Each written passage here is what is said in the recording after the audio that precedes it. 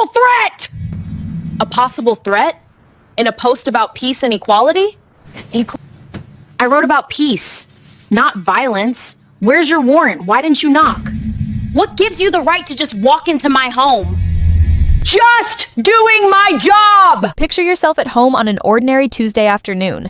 You're relaxed, maybe scrolling through your phone, thinking about what to make for dinner. And then, without warning, your front door opens. Not a knock, not an announcement. Just opens. And standing there, uninvited, is a police officer. Badge gleaming, gun holstered at the hip. In your home. No crime committed. No emergency. No warrant. Just you, a social media post about equality, and an officer who decided your words were worth invading your privacy over. This isn't a hypothetical. This happened to Maya Thompson, a Black woman living in Atlanta, whose simple online plea for justice became a nightmare that would expose police misconduct so blatant, the entire community erupted in outrage. Before we dive deep into this story, I want to know, where are you watching from right now? Drop your city or country down in the comments, and if you haven't subscribed yet, please do. Stories like Maya's need to reach as many people as possible, and your support makes that happen. Now, let's talk about what really went down. Maya Thompson wasn't anyone special, and I mean that in the best way. She was ordinary, she worked her job, paid her rent on time, looked out for her neighbors. She was active on social media like most of us, sharing thoughts about things that mattered to her. Community issues, social justice, the kinds of conversations people have every single day online. On this particular day, Maya posted something that should have been completely unremarkable. She wrote about equality, about peace, about hoping her community could come together instead of being divided. There was nothing violent in her words, nothing threatening, nothing illegal, just an honest, heartfelt call for people to treat each other with dignity and respect. The post got some traction, a few dozen likes, some shares, people commenting with their own experiences and perspectives. It was the kind of everyday online interaction that happens millions of times across the internet. Harmless, protected by the First Amendment. Exactly the kind of speech that makes democracy work. But one person saw that post differently. Officer Jennifer Hayes had been with the Atlanta Police Department for almost 8 years. On paper, her record showed a few complaints scattered here and there, but nothing that led to serious consequences. Nothing that got her suspended or fired. The kind of complaints that often get filed away as personality conflicts or misunderstandings by departments that don't want to dig deeper. But if you talk to people in the neighborhoods she patrolled, you'd hear a different story. They'd tell you about the way she spoke to Black residents versus white ones, about the suspicion in her eyes when dealing with certain people, about the pattern of behavior that painted a clear picture. Officer Hayes had biases, and those biases showed in how she did her job. When Officer Hayes came across Maya's post about equality and community healing, something clicked in her mind. Maybe she felt personally attacked. Maybe she saw it as disrespect toward law enforcement. Maybe, deep down, a message calling for equal treatment bothered her because it meant she'd have to change how she operated. Whatever her reasoning, she made a decision not to scroll past, not to leave a comment. She decided this post warranted an immediate in-person confrontation. Think about that. A post calling for peace was deemed suspicious enough to investigate in person. What exactly was suspicious about asking people to treat each other better? Officer Hayes never provided a good answer to that question. But she'd already decided what she was going to do. Maya was home that afternoon, probably thinking normal thoughts about normal things. She had no idea someone was about to violate her most basic constitutional rights. She didn't hear a knock. She didn't hear anyone identify themselves. What she heard was her front door opening, that distinct sound of a door that should be locked suddenly swinging inward. When she looked up from her couch, there was Officer Hayes standing inside her home. The shock of that moment is almost impossible to put into words. Your home is your sanctuary, the one place in this world where you should feel completely safe, where the chaos of the outside world can't touch you without your permission. And suddenly, that safety is shattered by someone with a gun and a badge standing uninvited in your living room. Maya's heart must have been pounding. Her mind probably raced through every story she'd ever heard about police encounters going terribly wrong. She had to stay calm, but how do you stay calm when someone just committed what amounts to breaking and entering, Except they're wearing a uniform. Officer Hayes didn't apologize, didn't explain why she entered without knocking, didn't show a warrant because she didn't have one. She just immediately started questioning Maya about the social media post, claiming she was investigating a possible threat. A possible threat? In a post about peace and equality? Maya, trying to keep her voice steady, pointed out the obvious. I wrote about peace, not violence. Where's your warrant? Why didn't you knock? What gives you the right to just walk into my home? The exchange that followed revealed everything about what this really was. Officer Hayes kept insisting she was just doing her job, but nothing about this was standard procedure. Police officers don't enter homes without warrants because they disagreed with a social media post. That's not how the law works in America. That's not how any of this is supposed to work. But when you give someone power and they already carry biases, sometimes they convince themselves the rules don't apply. Maya wasn't backing down. She demanded Officer Hayes' name and badge number. This is crucial because many people in these situations are too frightened to push back. They worry that asserting their rights will make things worse. But Maya knew what the law said, and she knew this officer had crossed a massive line. Officer Hayes got defensive when asked to identify herself. That told you everything. Someone doing the right thing doesn't get defensive about giving their badge number. When Maya pointed out that this felt like harassment based on her race and her right to free speech, Officer Hayes actually told her to watch her tone. Let that sink in for a second. An officer who just committed an illegal entry was now policing the tone of the person whose rights she violated. Maya shot back that the officer needed to watch her conduct because nothing about this was serving or protecting anyone. This was abuse of power, plain and simple. The entire situation was wrong from every angle. No warrant, no probable cause, no emergency. Just a black woman who spoke up about equality, and a white officer who decided that somehow constituted a problem worth invading her home over. Some people might have just felt relieved when Officer Hayes finally left. They might have locked the door, sat down, tried to process what happened, and eventually convinced themselves to move on. Life's hard enough without taking on a fight against the police department, right? But Maya understood something important. If she let this slide, Officer Hayes would do it again, to someone else. Maybe someone who didn't know their rights as well. Maybe someone who wouldn't survive the encounter. This wasn't just about Maya anymore. This was about accountability. This was about making sure abuse of power comes with consequences. Maya immediately started documenting everything while the details were fresh. The exact time Officer Hayes entered, every word that was said, how the officer behaved. She checked for any security footage that might have captured something. She knew that in situations like this, it often comes down to a citizen's word against an officer's word, and the system usually believes the badge. She needed evidence. Then she started making calls. Civil rights organizations that handle police misconduct cases, lawyers who specialize in constitutional violations. She filed an official complaint with the Atlanta Police Department, knowing full well it probably wouldn't lead anywhere on its own, but wanting it on the record. She also made a smart decision. She went public. She posted about the illegal entry on the same social media platform where she'd originally shared her thoughts about equality. This time, the response wasn't just a few likes and shares. The post went viral. People were outraged. Maya's story resonated because it confirmed what many Black Americans already knew from lived experience. You can be minding your business in your own home and still not be safe from harassment when you're Black. The original post about equality got shared thousands more times. Local news picked it up.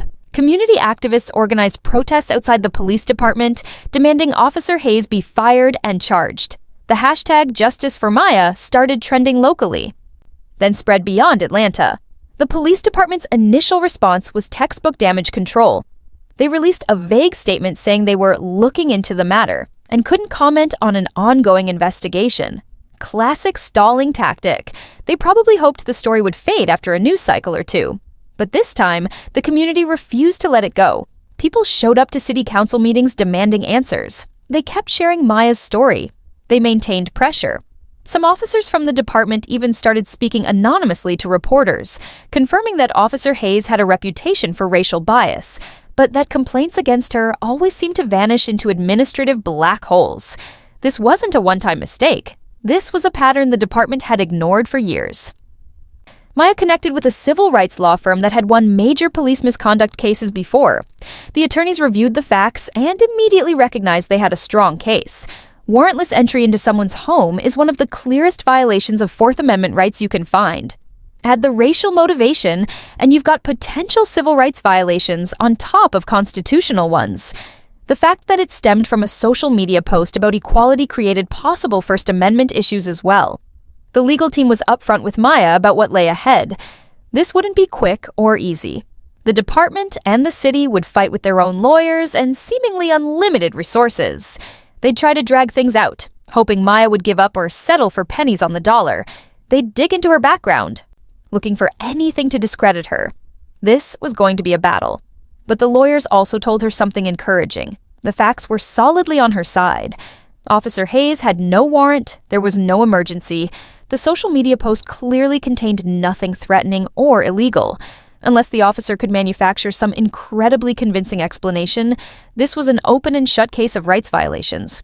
The question wasn't if they'd win, but how much they'd win. When the lawsuit was officially filed, it made headlines across Georgia and beyond. The complaint laid everything out in precise legal language. The warrantless entry, the lack of probable cause, the racial bias, the violation of constitutional rights.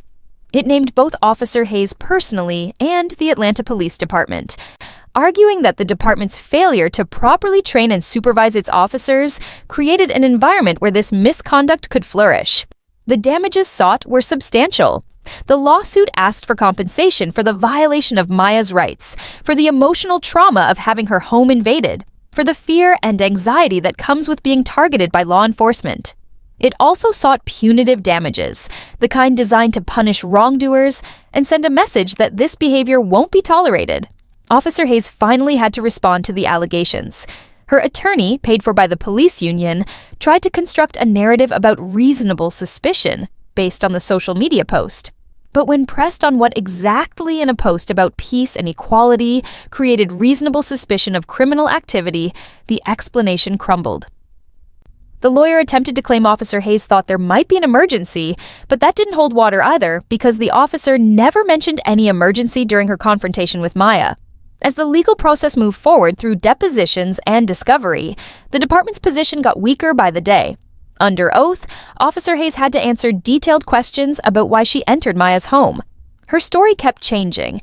First, she claimed she thought she heard someone calling for help, but there was no evidence of that, and she hadn't mentioned it at the scene. Then she said she saw the door slightly open, but Maya had witnesses who confirmed the door was closed and locked. The officer was caught in multiple lies, and each one made her case worse. The department tried to argue they shouldn't be held responsible for one officer's actions, but Maya's lawyers came prepared. They presented previous complaints against Officer Hayes that were ignored or dismissed without proper investigation. They showed training records revealing that the department's anti-bias training was basically a joke, just some videos officers watched once a year while probably checking their phones. They demonstrated a pattern of black residents in certain neighborhoods being treated differently than white residents in the same areas. Other officers were deposed too. When asked under oath whether they would have entered a home without a warrant based on a peaceful social media post, most said absolutely not. When asked if they thought Officer Hayes' actions were justified, several actually said no. The department's own people were undermining the defense. If you're watching this, I want to ask you something. Do you think police officers should face personal consequences when they violate people's rights like this? Or should only the department be held responsible? Drop your thoughts in the comments because I'm genuinely curious what you think. As the case built momentum and the evidence stacked up, the city's attorneys started having serious conversations about settling. Taking this to trial was risky. The facts looked terrible. Officer Hayes' credibility was destroyed. There was a real possibility a jury would award even more money than the lawsuit requested, especially if they got angry about the blatant violation of constitutional rights. Plus, a trial meant more bad publicity, more protests, more national attention on the department's failures. The city made an initial settlement offer. It was insultingly low, the kind of number that basically said, "Take this and go away quietly." Maya's lawyers rejected it immediately and told the city they'd see them in court if that's how they wanted to play it. The city came back with a better offer. Still not enough. The negotiations went back and forth, with Maya's legal team holding firm. They knew the city desperately wanted to avoid trial, and they used that leverage effectively. During this time, Officer Hayes was placed on administrative leave, which meant she sat at home collecting her full paycheck while all this played out. This made people even angrier. She violated someone's constitutional rights and got a paid vacation out of it. The police union defended her the way they always do, releasing statements about how officers make difficult split-second decisions in challenging situations. But there was nothing difficult or split-second about choosing not to walk into someone's home without a warrant. That's literally day one police academy material. Eventually, after months of negotiation, the city agreed to a settlement that reflected the serious nature of what happened. The exact amount was significant enough to make news and send a message. This wasn't about making Maya rich. It was about accountability. It was about putting a price tag on violating someone's rights that was high enough to make departments think twice before letting bad officers continue bad behavior. But the settlement included more than just money, and this is important. It required Officer Hayes to be fired, not reassigned to a desk job, not quietly moved to another division. Fired. Her law enforcement certification would be permanently revoked, meaning she couldn't just go get hired at another department 2 counties over. This mattered because bad cops have a terrible habit of department hopping. They get fired from one place and hired somewhere else where they continue the same destructive pattern. The settlement also mandated that the Atlanta Police Department overhaul its policies on warrantless entries and substantially improve its bias training. It required better systems for tracking and investigating complaints, especially complaints showing patterns of racial bias. Would the department actually follow through on all this? That remained to be seen. But at least it was now in a legally binding agreement instead of empty promises made at a press conference. Officer Hayes lost everything: her job, her career, her reputation. The lawsuit became part of public record, which meant anyone who searched her name would immediately find out what she did. Some people might feel sorry for her. They might think one mistake shouldn't destroy someone's entire life. But this wasn't one mistake. This was a deliberate choice to abuse her power. This was the result of biases she never examined or addressed. This was what happens when you think wearing a badge puts you above the law. She tried to appeal the termination through the police union, arguing she was being made a scapegoat for systemic problems. The union fought hard because that's what they do, but even they couldn't overcome the facts. She entered a home without legal justification, lied about it repeatedly under oath, and cost the city a massive settlement. There was no saving her career. Some officers from her former department spoke anonymously to journalists about the situation. A few claimed she was being treated unfairly and that any of them could have made the same judgment call. But most said this had been a long time coming, that Officer Hayes had been a problem for years, that maybe this case would finally make the department take complaints seriously instead of filing them away. Maya's case became an example used in civil rights training programs and law school classes across the country. It demonstrated clearly why the Fourth Amendment matters and what happens when officers ignore it. It showed how racial bias leads directly to rights violations. It proved that holding officers accountable is possible, even when departments initially try to protect their own. For the community, the case was validation. All those times people said they were being treated unfairly by police and got told they were exaggerating or playing the race card. Here was proof, documented and undeniable, that it really happens. Officer Hayes really did target someone because of their race and their speech. The department really did try to protect her until public pressure and a lawsuit made that impossible. For other officers watching this case unfold, it sent a clear message. You can be held personally liable for violating rights. Qualified immunity might protect you in some situations, but when you do something as obviously illegal as walking into someone's home without a warrant, that shield disappears. Your career, your finances, your future, all of it can be on the line if you abuse your power. This story isn't just about one officer and one victim. It's about a system that allows these incidents to happen far too often. Maya's case got attention because she fought back, because the violation was so clear-cut, because the community rallied around her, because her story went viral and created public pressure. But think about how many similar incidents happen where the victim is too scared to report it, where they don't know their rights, where they can't find a lawyer willing to take on the department, where the story doesn't go viral and create that crucial public pressure. The reality is that warrantless entries, racial profiling, and abuse of power happen more often than most people want to admit. Some cases make the news, most don't. Some victims get justice, most don't. The system is designed to protect officers, to give them the benefit of the doubt, to make it incredibly difficult for citizens to hold them accountable. Cases like Maya's are the exception, not the rule. And that's the real problem we need to talk about. Police departments across the country watched this case and had to ask themselves uncomfortable questions. Could this happen here? Is our training adequate? Do we take complaints seriously? Do we have officers with patterns of biased behavior that we're ignoring because it's easier than addressing it? The smart departments used this as a wake-up call to fix their problems before they ended up in the same situation. The stubborn ones probably kept doing things the same way until they got hit with their own expensive lawsuit. So, what can we take away from Maya's story? First, know your rights. Maya knew that officers need a warrant to enter your home, except in very specific emergency situations. She knew to ask for badge numbers. She knew to document everything immediately. That knowledge made all the difference in her ability to fight back effectively. Second, don't stay silent when your rights get violated. It's scary to go up against the police. They have power, resources, and a system that tends to protect them. But silence only allows the problem to continue. Filing complaints, seeking legal help, telling your story, these things matter. They create a paper trail, they apply pressure, they give lawyers the ammunition they need for cases like this. Third, understand that accountability is possible, but it takes real work. Maya didn't get justice because the system decided to hand it to her.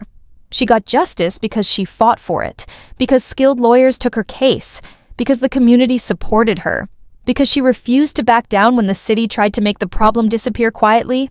Fourth, remember that social media posts are protected speech. You have the constitutional right to express opinions about equality, justice, police reform, or any other topic. An officer disagreeing with your views doesn't give them the right to harass you, investigate you, or invade your privacy.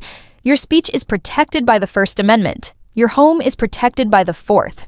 These aren't just words on old paper, they're your rights. At its core, this case was about racism. Officer Hayes saw a black woman speaking about equality and decided that was threatening enough to justify an illegal entry. Would she have done the same thing if a white person posted the identical message? The evidence strongly suggests no. The officer's history suggests no.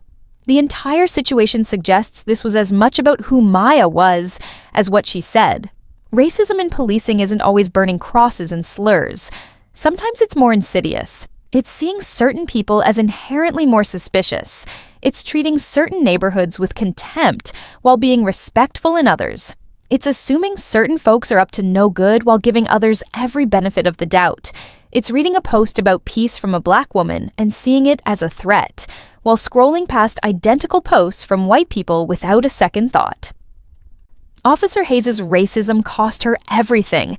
It cost the city a huge settlement. It cost the department its reputation. But most importantly, it cost Maya her sense of safety in her own home. That's something no settlement can fully restore.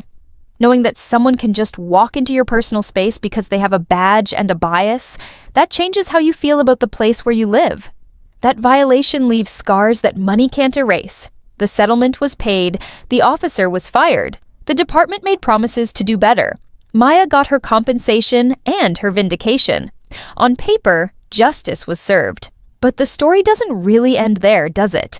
Because the problems that led to this situation still exist in departments all across the country. Officers with racial biases still wear badges. Departments still fail to properly investigate complaints against their own. The system still makes it too hard to hold bad cops accountable. Qualified immunity still shields officers from consequences in many situations. Police unions still fight to protect members who shouldn't be protected. The culture of us versus them still exists in too many departments. Real, lasting change requires more than one lawsuit, no matter how significant. It requires departments to actively work against bias instead of just paying lip service to diversity training. It requires officers to speak up when they see colleagues behaving badly instead of maintaining the blue wall of silence. It requires prosecutors to actually charge officers who break the law, instead of treating them differently because they wear a uniform. It requires union contracts that don't make it nearly impossible to fire problem officers. It requires a complete shift in how we think about policing and accountability. This story started with a simple social media post about equality and peace.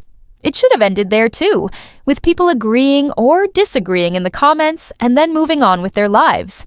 Instead, it turned into a federal lawsuit because an officer let her racism override her training, her oath, and the law she swore to uphold.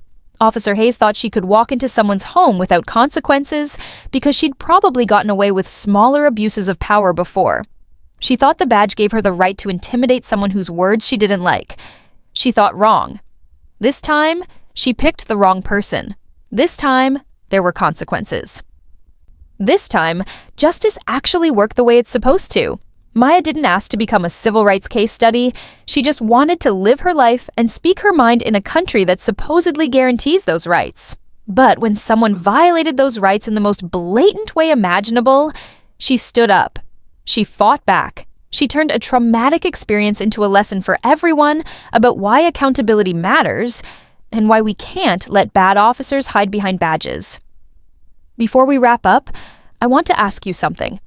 What do you think needs to change to prevent cases like this from happening in the future? What reforms would actually make a difference? Drop your thoughts in the comments because this conversation matters. This case proves something crucial. Fighting back against injustice is worth it, even when it's hard. Even when it's scary. Even when the system seems designed to protect the wrongdoers.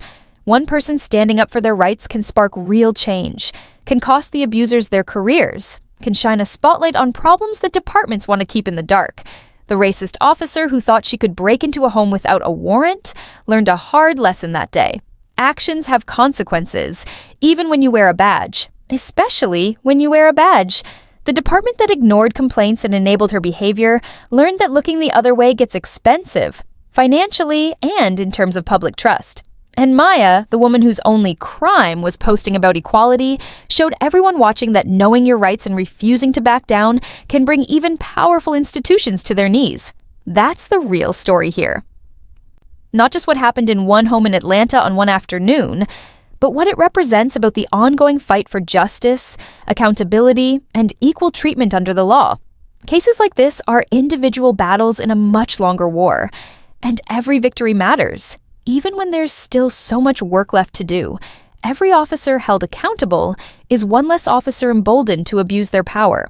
Every department forced to reform is one step closer to the kind of policing our communities deserve.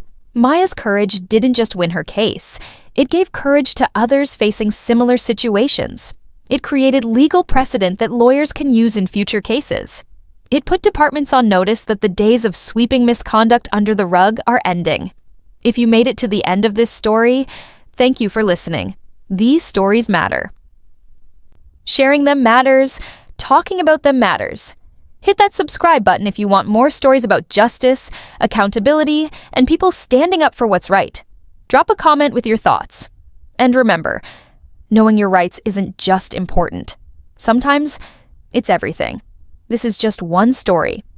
But it's part of a much bigger movement toward a world where everyone, regardless of the color of their skin, can feel safe in their own home, can speak their mind without fear, and can trust that justice actually means justice for all.